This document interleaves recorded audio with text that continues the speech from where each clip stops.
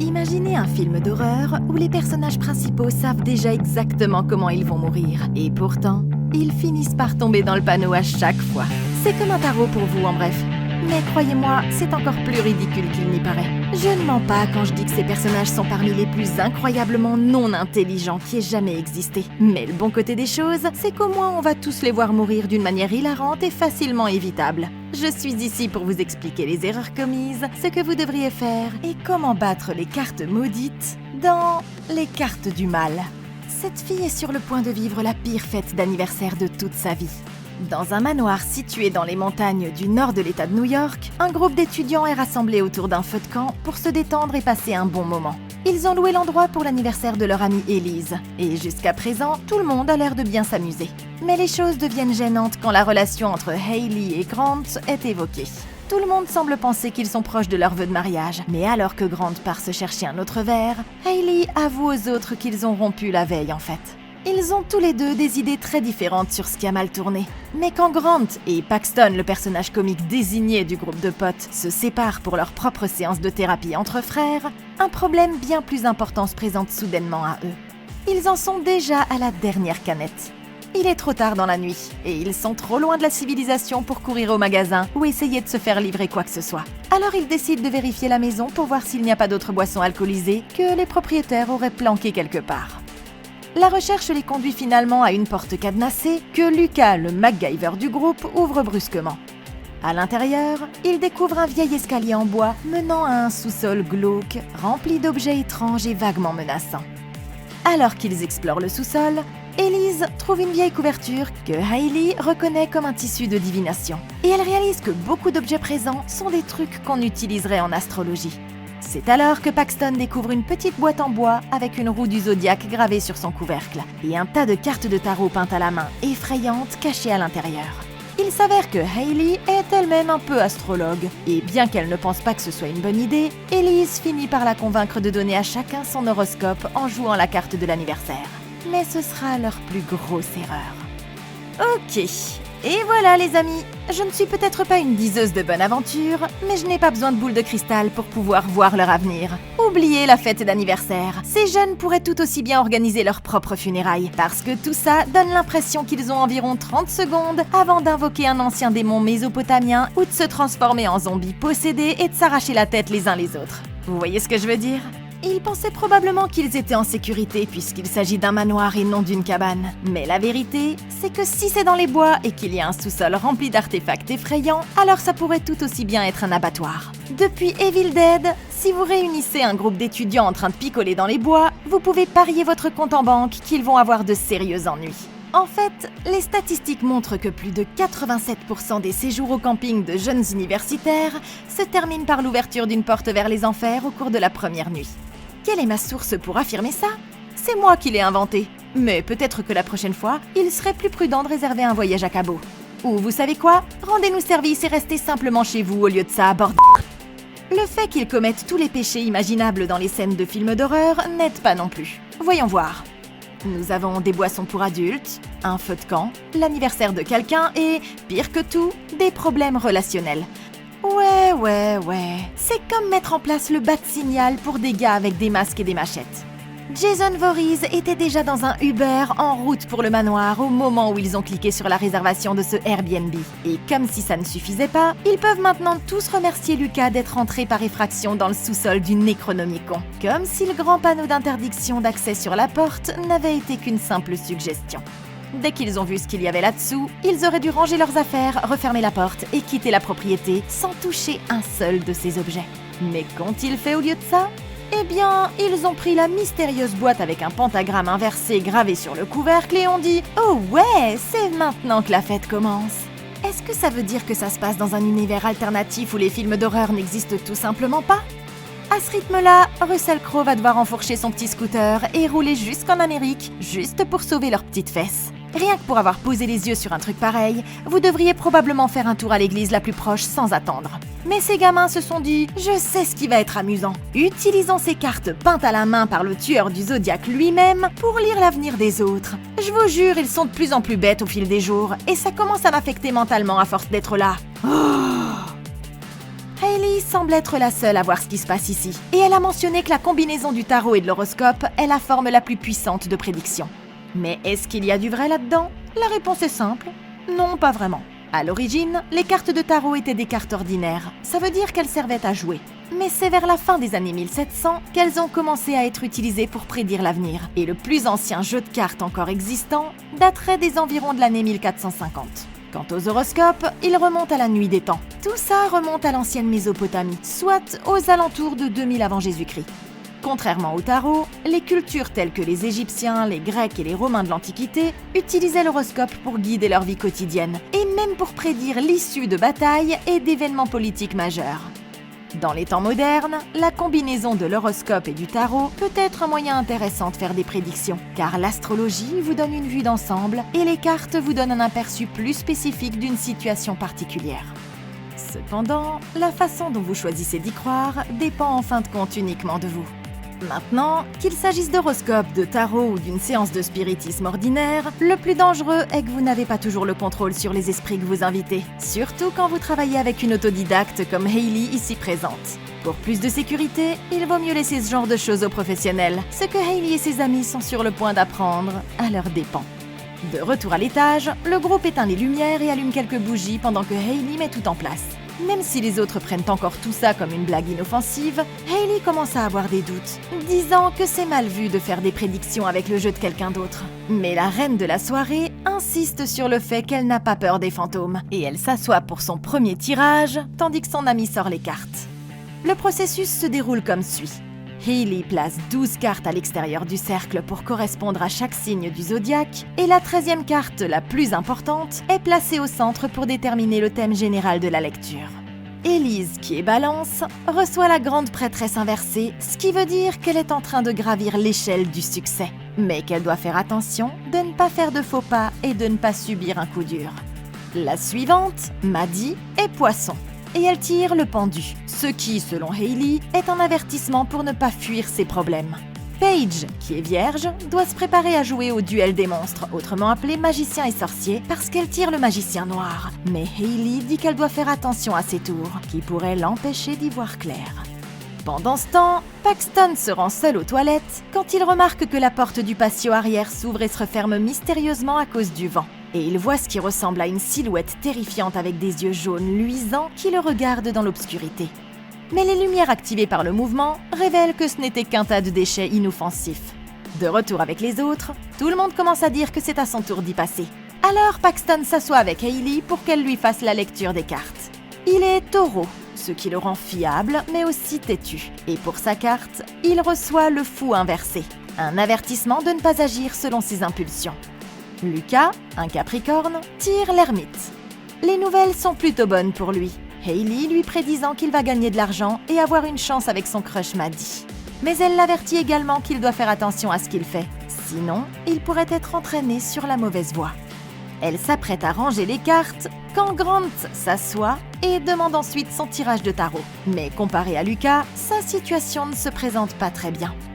Selon Hayley, il est dit qu'il gâche ses relations avec les autres parce qu'il est arrogant. Et pour sa 13e carte, il reçoit le diable, ce qui veut dire qu'il va devoir affronter ses démons. Même si elle s'y opposait auparavant, le tirage de Grant intrigue suffisamment Hayley pour qu'elle décide finalement d'en faire une pour elle-même. Sa 13e carte se révèle être la mort, mais elle n'en est pas surprise. Ses cartes lui ont toujours dit que l'amour la tuerait un jour ou l'autre. Pour finir, tout le monde va se coucher pour la dernière nuit de leur séjour. Mais au sous-sol, les gravures sur la boîte commencent à briller d'un orange ardent et la malédiction démoniaque des cartes commence à se déchaîner. Le lendemain matin, le groupe se sépare en 2 voitures pour le long trajet de retour vers le campus. Et Paxton force son groupe à écouter des podcasts sur des crimes réels pendant tout le trajet. Au moment où ils s'arrêtent pour faire le plein, ils sont tous tellement accrochés par l'histoire que Lucas finit par les effrayer quand il revient avec un ticket à gratter gagnant de 700 $. C'est la première prédiction qui se réalise, et aucun d'entre eux ne le réalise encore. Mais les lectures de Hayley ne vont pas tarder à devenir mortelles. Ce n'est qu'à la nuit tombée qu'ils arrivent enfin à la maison, et les filles déposent Élise à son appartement pour un repos bien mérité. Ses colocataires étant toutes parties à une fête de fraternité, elle décide de rester à la maison et de plutôt prendre un bon bain relaxant. Mais quand elle va se sécher, elle s'aperçoit que quelqu'un a ouvert l'échelle qui mène au grenier. Étonnée, elle crie pour vérifier si quelqu'un est là-haut avant de refermer la trappe et de retourner dans sa chambre, sans vraiment y prêter attention plus que ça. Jusqu'à ce que quelques minutes plus tard, elle entende un grand bruit venant de quelque part dans le couloir. Pensant qu'il pourrait s'agir des autres filles, Elise se lève pour aller voir ce qu'il en est, et elle se rend vite compte que le grenier est à nouveau ouvert. Elle appuie sur l'interrupteur sans s'apercevoir que quelque chose tapis dans l'ombre l'observe déjà. Et cette fois-ci, elle entend faiblement ce qui ressemble à des rires et des bruits de course de ses amis à l'étage. C'est suffisant pour la convaincre qu'il s'agit d'une blague, mais quand elle grimpe en haut de l'échelle pour voir par elle-même, elle est surprise de constater qu'il n'y a rien là-haut, à part des toiles d'araignée et des cartons de vieillerie. C'est alors que les lumières du couloir s'éteignent tout à coup. Et quand elle regarde à nouveau en haut, elle voit que le grenier a été rempli de bougies et de la carte de la grande prêtresse qu'elle avait lue. Tout à coup, la prêtresse démoniaque de la carte apparaît et hurle au visage d'Élise, l'effrayant tellement qu'elle tombe de l'échelle et se brise grièvement les 2 jambes. Mais ce n'est pas suffisant pour la tuer. Alors qu'elle essaie d'atteindre son téléphone en rampant, la prêtresse la tire en arrière et commence à lui frapper la tête avec l'échelle depuis le grenier, l'abaissant encore et encore jusqu'à ce que la jeune femme soit enfin morte.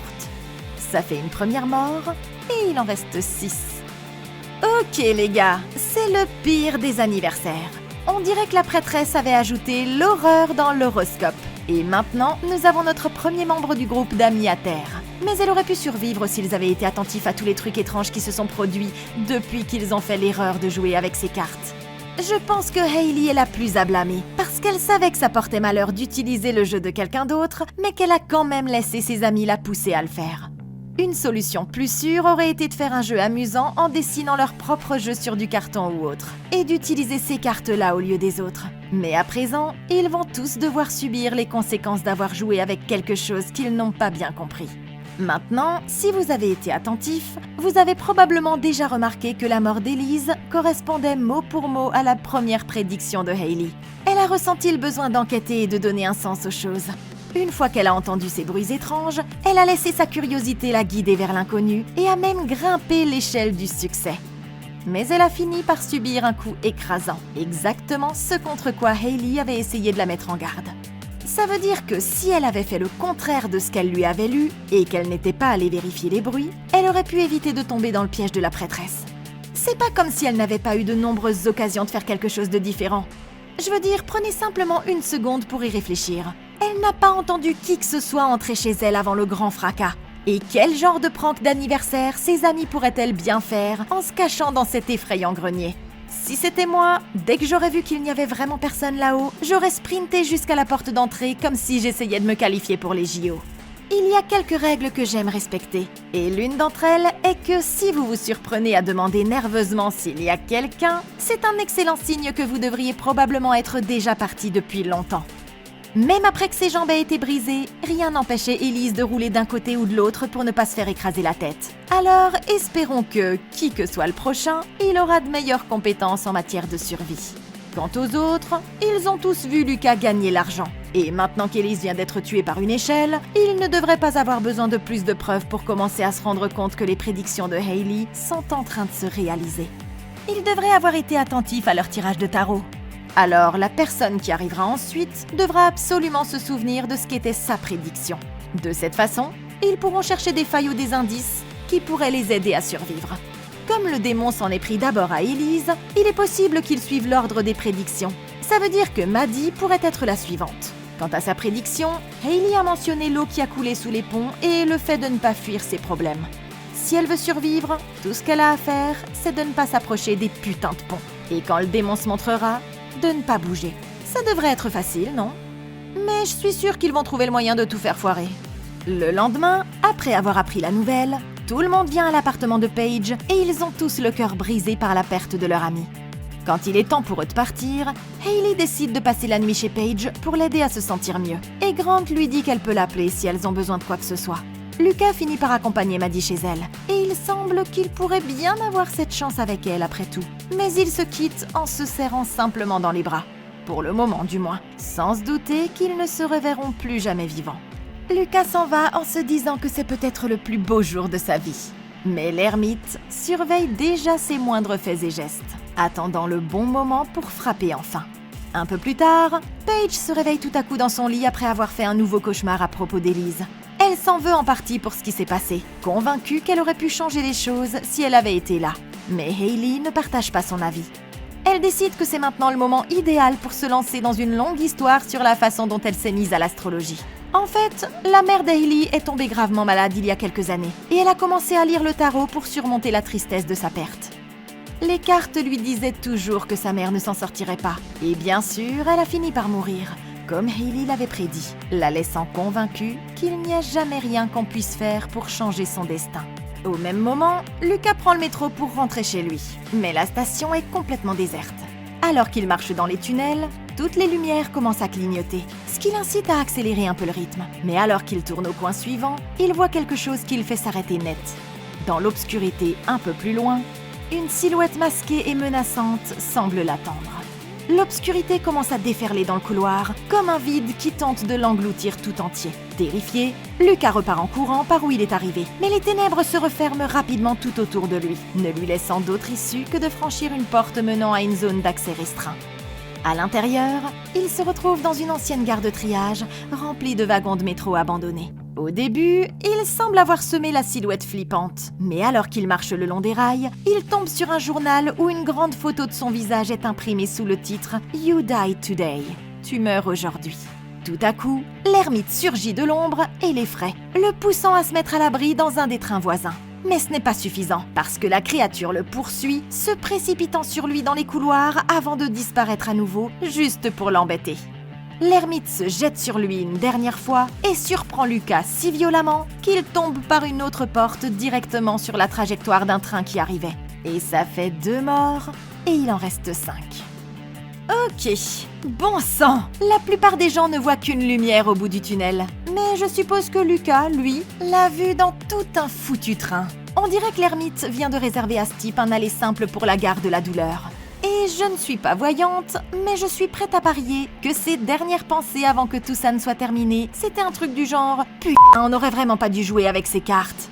Bon, il est peut-être trop tard pour Lucas, mais nous pouvons tirer quelques leçons importantes qui pourraient sauver la vie des autres, s'ils parviennent à recoller les morceaux avant la prochaine attaque.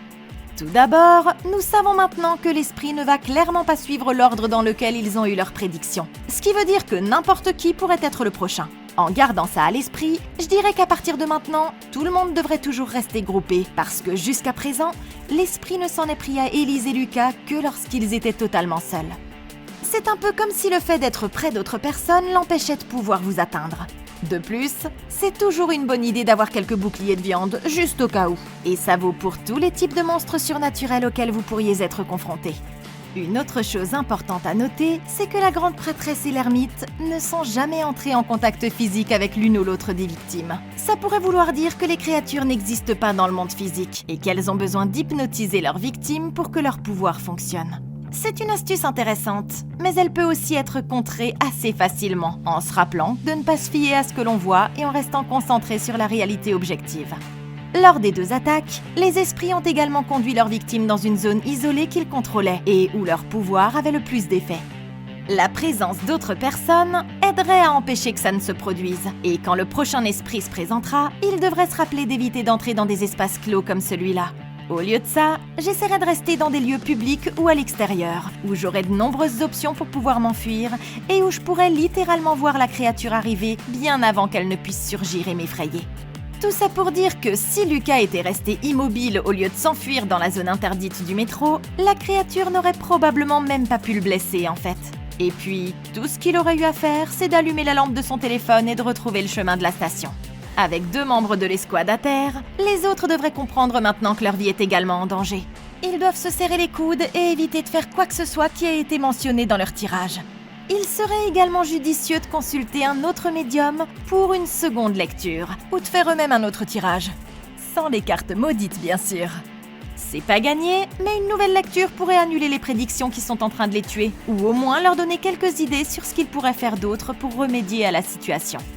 Hailey et Grant sont de retour sur le campus pour parler à nouveau de leurs sentiments, quand ils apprennent la nouvelle choquante concernant leur pote Lucas. À ce stade, le groupe d'amis tombe comme des mouches, et ils n'ont toujours aucune idée de ce qui pourrait être à l'origine de cette situation. Ils ont rendez-vous avec une équipe de détectives terriblement incompétents, mais quand ils leur disent qu'ils ne peuvent pas les aider, les amis décident qu'il est temps de prendre les choses en main par eux-mêmes. De retour à l'appartement, ils échafaudent différents plans. C'est alors que Hailey a enfin une idée à la Jimmy Neutron et qu'elle se rend compte que c'est leur horoscope qui est en train de se réaliser.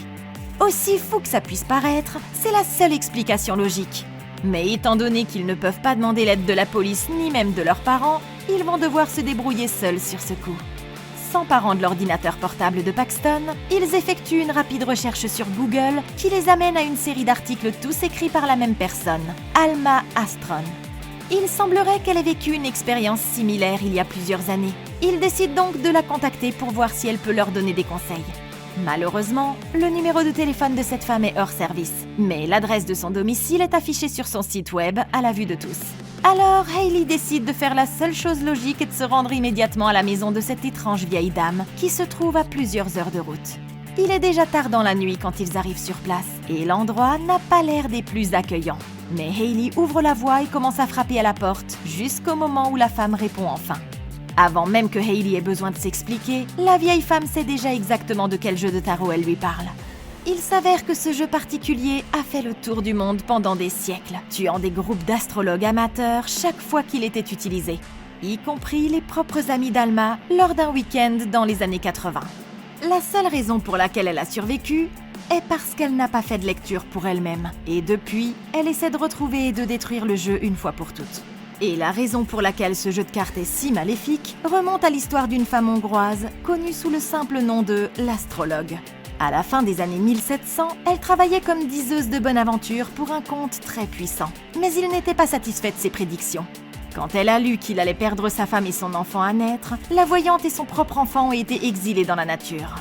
Mais quand ces prédictions se sont tout de même réalisées, le comte a envoyé ses hommes à leur recherche et ils ont pris la vie de sa fille en guise de vengeance.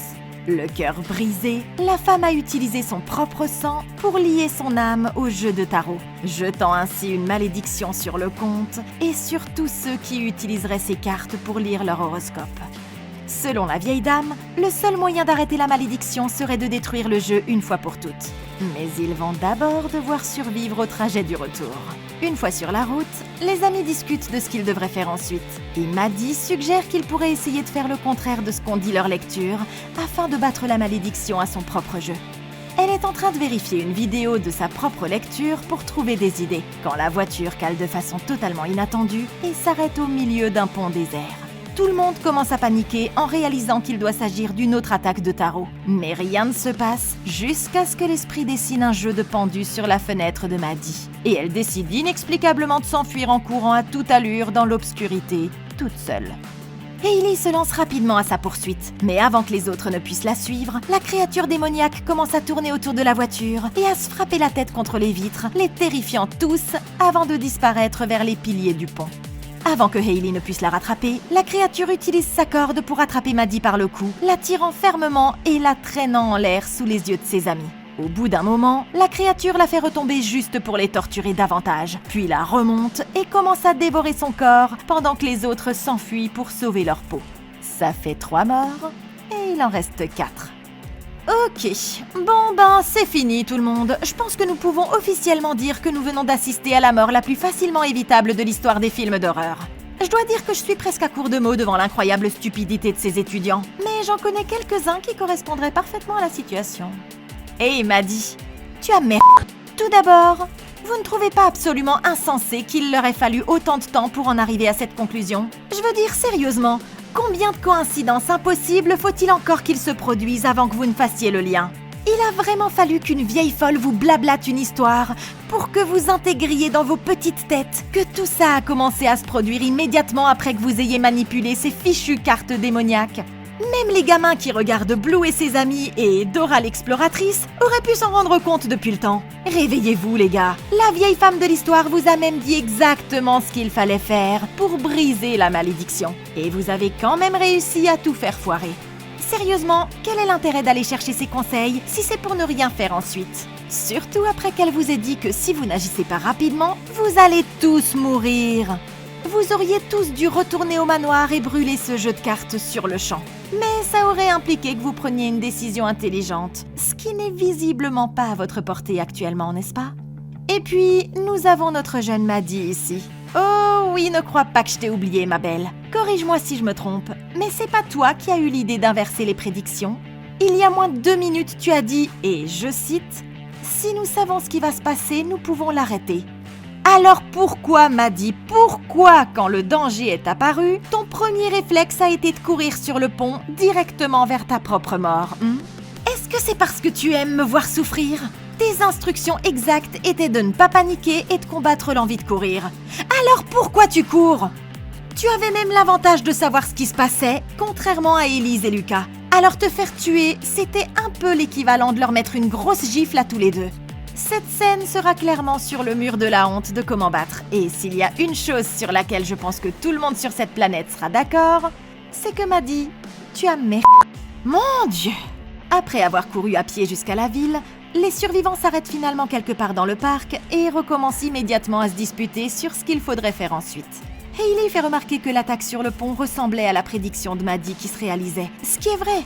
Non mais sans déconner, Sherlock, on l'avait déjà établi il y a 20 minutes. Les autres ne voient qu'une seule possibilité de briser la malédiction. Retourner au manoir dans les Catskills et brûler le jeu de cartes. Mais Paxton décide que c'est maintenant son tour d'être un crétin absolu. Ignorant complètement les avertissements de ses amis, il part de son côté pour attendre dans sa chambre et décide de laisser les autres essayer leur plan sans lui, si c'est ce qu'ils veulent faire. Il ne fait qu'une quinzaine de mètres avant d'entendre des rires désincarnés provenant de quelque part dans l'obscurité. Mais il continue à avancer, déterminé à ignorer tout ce qui se passe. Ça devient un peu plus difficile à ignorer quand il voit le reflet du fou qui le traque de l'autre côté de la rue. Et il se retourne d'un coup pour voir le monstre tourner tout le haut de son corps en cercle, comme si sa colonne vertébrale était sur ressort. Pour ne rien arranger, sa clé d'accès à l'escalier ne fonctionne pas, ce qui l'oblige à prendre l'ascenseur à la place. Mais c'est exactement ce que voulait le fou. Quand il arrive à l'étage supérieur, il voit le démon qui l'attend déjà au bout du couloir. Et quand il appuie sur le bouton pour redescendre à l'étage inférieur, tout l'ascenseur devient tout à coup possédé et le piège à l'intérieur. Tout ce qu'il peut faire, c'est suivre le mouvement tandis que les portes s'ouvrent encore et encore, révélant à chaque fois un nouveau tour terrifiant du fou. Une fois qu'il s'est bien amusé, c'est le moment du grand final. Les lumières deviennent rouges et le fou explose soudain le plafond, saute sur Paxton et le déchiquette avec une bouche souriante pleine de dents aiguisées comme des rasoirs. Et ça en fait 4 de moins, et il en reste 3. Ok, je vais être tout à fait honnête avec vous les gars, j'en peux plus de ces crétins. Mettez ce foutu générique. Je suis officiellement du côté des cartes démoniaques à ce stade, et ils peuvent tous se faire fumer, je m'en tamponne. D'ailleurs, c'est ce qui se passe. Merde. Paxton a fait les mêmes erreurs que Maddie et que tous les autres. Il a complètement ignoré les signes avant-coureurs et a pris la décision insondable de se séparer du reste du groupe. Alors qu'il venait de démontrer de la manière la plus claire qui soit que la seule chose sûre était de faire exactement le contraire de ce que disaient les prédictions. Je bouillonne les gars, je bouillonne! Dès qu'il a commencé à entendre des conneries, il aurait immédiatement dû courir rejoindre le reste de ses amis, surtout après avoir vu l'esprit le regarder dans le reflet. Mais au lieu de ça, il a couru vers l'ascenseur et s'est fait enfermer. Comme le disait la prédiction, il aurait pu s'échapper en prenant l'ascenseur et en s'arrêtant à un étage différent de celui où il vivait. Avec un peu de chance, ça aurait obligé le démon à faire quelque chose d'inattendu qui aurait pu changer son destin. Sinon, il aurait pu essayer de sortir par la trappe de maintenance située au plafond ou d'appeler les services d'urgence à l'aide de l'interphone intégré à l'ascenseur.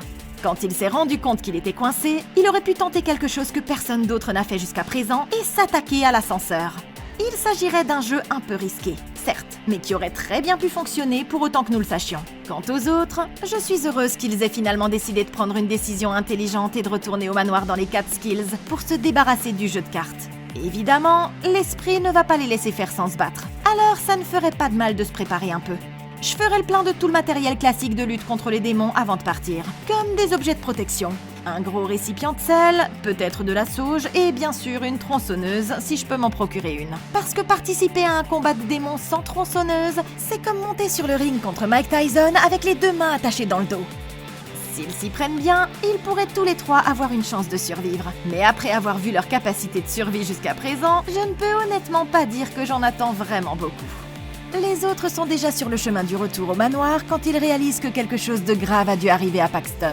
De toute façon, il n'y a rien qu'ils puissent faire à ce moment-là, alors ils continuent à rouler jusqu'à ce qu'ils arrivent enfin à l'endroit où tout a commencé.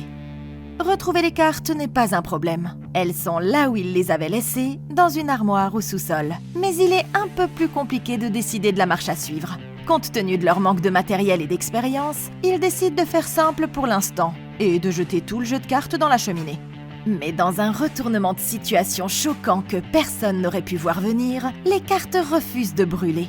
Ils finissent par devoir appeler la vieille femme qui, on ne sait trop comment, réussit à se rendre sur place bien qu'elle n'ait ni voiture ni téléphone.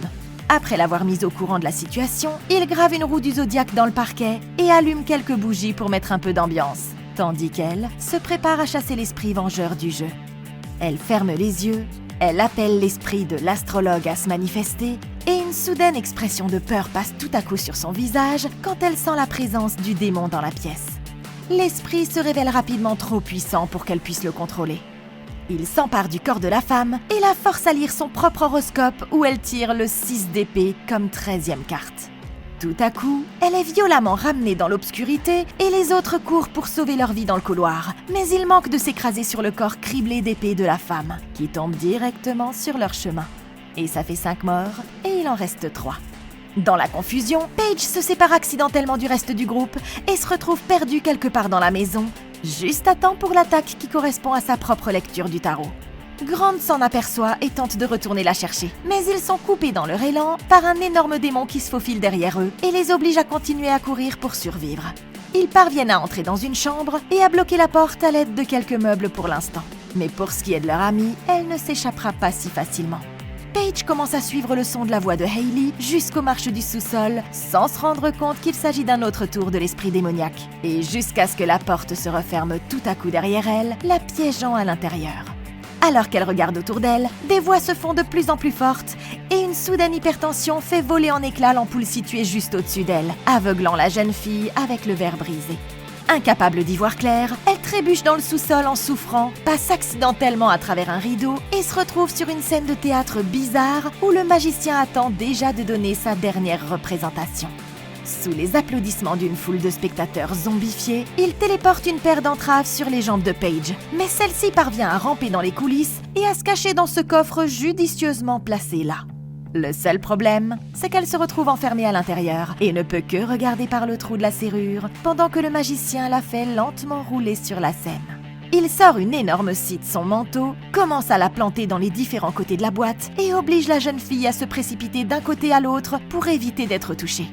Après s'être bien amusé, le magicien utilise une manivelle pour rétrécir la boîte de manière à ce que Paige ne puisse plus aller nulle part. Et il commence à scier son corps en deux au niveau du ventre, tandis que la jeune femme hurle de douleur. Ça fait 6 morts, et il n'en reste plus que 2. Ok, et puis ils ne furent plus que 2. Est-ce que c'est mal que je sois toujours pour la victoire des cartes démoniaques? Je ne crois pas. Avec la vieille dame à terre et le nombre de boucliers de viande en baisse constante, les choses ne se présentent pas vraiment bien pour Hailey et Grant. Mais il y a encore une petite chance qu'ils réussissent à s'en sortir s'ils se souviennent de leur lecture, puisque ça a toujours été la solution depuis le début. Commençons par Hailey. Elle sait que l'amour va la tuer. Alors si elle veut vivre au lieu de mourir, se retourner contre Grant sera sa seule option. Le mieux serait de l'utiliser comme bouclier de viande pendant qu'elle s'enfuira pour sauver sa vie ou qu'elle se concentrera sur la destruction des cartes. Mais quoi qu'il arrive, elle ne doit en aucun cas essayer de le sauver si elle voit qu'il est en danger. Sinon, elle risquera de retrouver Paige et les autres plus tôt qu'elle ne le pensait. Quant à Grant, il est en fait la seule personne du groupe à devoir écouter ses lectures. Il s'agissait d'un simple conseil, pas d'un avertissement, et ça disait qu'il devait faire face à ses démons. On dirait donc qu'il va devoir se battre. Personnellement, j'aurais pris une des épées du corps de la vieille femme morte. Peut-être que lui et Hailey pourraient ensorceler les épées grâce au pouvoir de l'amitié ou une connerie de ce genre, puisque ça marche presque toujours quand c'est une des solutions possibles. Et les utiliser pour détruire la sorcière et ses cartes une bonne fois pour toutes. Yeeha! Nous savons que c'est la dernière carte d'une lecture qui prend vie. Alors Hailey pourrait peut-être leur donner une nouvelle prédiction et laisser les créatures se battre entre elles, comme en invoquant le cavalier d'épée et en le laissant se battre avec le diable pendant qu'il trouve une autre solution. Il pourrait aussi essayer d'autres idées, comme reprendre le plan de la vieille femme, qui consistait à séparer d'une manière ou d'une autre l'esprit de la sorcière des cartes. Ça impliquerait probablement une sorte d'exorcisme ou de rituel de purification. Mais honnêtement, vous pensez vraiment que ces deux-là pourraient trouver une solution pareille? À mon avis, non. Ça signifie que leur seul choix est d'utiliser ce qu'ils ont appris jusqu'à présent et d'espérer que tout ira bien. Ouais. Pendant que leur ami souffre d'une mort atroce, Hailey et Grant sont occupés à faire, vous l'avez deviné, absolument rien d'autre que de s'asseoir et de parler de leurs sentiments. Selon Hailey, les étoiles lui ont toujours dit que leur couple ne fonctionnerait jamais. Mais penser à l'astrologie lui donne tout à coup l'idée d'un dernier plan désespéré. Elle veut utiliser les cartes pour essayer de lire l'horoscope de l'astrologue et espérer que la malédiction se retournera contre elle à la place. Grant a de gros doutes quant à l'efficacité de ce plan. Mais comme il n'en trouve pas de meilleur, il décide de placer sa confiance au cœur des cartes. Et c'est pas trop tôt parce que juste à ce moment-là, la créature démoniaque apparaît tout à coup derrière eux et l'entraîne à travers la fenêtre brisée. Vu que le monstre s'en prend à elle ensuite, Hailey se précipite vers la porte et quand le monstre entre dans la pièce derrière elle, il se transforme de diable en sa 13e carte, le personnage de la mort elle-même. Elle arrive à se faufiler dans le couloir juste à temps et court pour sauver sa vie, alors que le démon se rapproche dangereusement. Et elle décide de faire le choix le plus idiot qui soit, en se cachant dans ce foutu placard. À première vue, ça marche. Mais dès qu'elle retourne dans le couloir, son vieux pote la mort se pointe à nouveau pour s'incruster dans la fête. Cette fois, Hailey s'échappe en redescendant à l'étage inférieur. Mais l'esprit lui coupe la route, quelle que soit la direction qu'elle prend, avant de l'attraper finalement et de la maintenir contre le mur, en s'apprêtant à lui asséner le coup fatal. Il semble que ce soit la fin pour Hailey, mais Grant arrive en courant et frappe le monstre avec un tisonnier, lui sauvant la vie de justesse. Il lui dit de courir vers les cartes de tarot pendant que lui retiendra l'esprit. Mais celui-ci le domine rapidement et commence à l'entraîner dans les profondeurs de l'enfer. Au même moment, Hailey peut enfin commencer à lire l'horoscope de la sorcière, lui disant que la seule façon pour son âme de guérir est de laisser tomber le passé. Eh bien, la sorcière ici n'est pas exactement d'humeur pour une séance de conseil. Mais quand elle regarde ses cartes, elle se rend compte que sa dernière prédiction est la même que celle de Hailey, la mort. Tout à coup, un vent surnaturel souffle dans la pièce et la roue du zodiaque gravée sur le sol entre en éruption telle une tornade enflammée. La sorcière tente de s'accrocher, mais la force de l'énergie l'entraîne dans le tourbillon et elle se désintègre sous les yeux de Hailey, déchirée en 1000 morceaux par sa propre malédiction démoniaque. L'esprit enfin vaincu, Hailey et Grant commencent à marcher vers la ville la plus proche, quand tout à coup, ils voient une paire de phares s'approcher d'eux depuis le bas de la route obscure. Pendant un instant, ils sont tous les deux terrifiés, pensant que le démon est toujours à leur trousse. Mais il s'avère que ce n'est que Paxton. Il a en fait réussi à survivre à son destin parce que son colocataire est arrivé par hasard et a interrompu l'attaque du fou à la dernière seconde. En fin de compte, les 3 derniers survivants ont réussi à battre leur propre destin, mais ça a coûté la vie au reste de leur groupe d'amis. Et s'il y a une leçon à retenir ici, c'est que si vous trouvez un vieux sous-sol rempli d'artefacts effrayants, rendez service à tout le monde et laissez cette merde tranquille. Boum, les cartes du mal 2024. Bordel, c'était un super film, mais sérieux, ces personnages... Vous savez déjà de quoi je veux parler. C'était plutôt comment battre le mur de la honte. Oh, j'ai le cerveau en ébullition. Mais dites-moi dans les commentaires ce que vous auriez fait différemment. Merci beaucoup d'avoir regardé. Laissez un like, abonnez-vous et consultez la playlist de Comment battre pour d'autres vidéos comme celle-ci. Je suis à votre service. Nous, on se retrouve dans la prochaine vidéo. Et d'ici là, passez une excellente journée!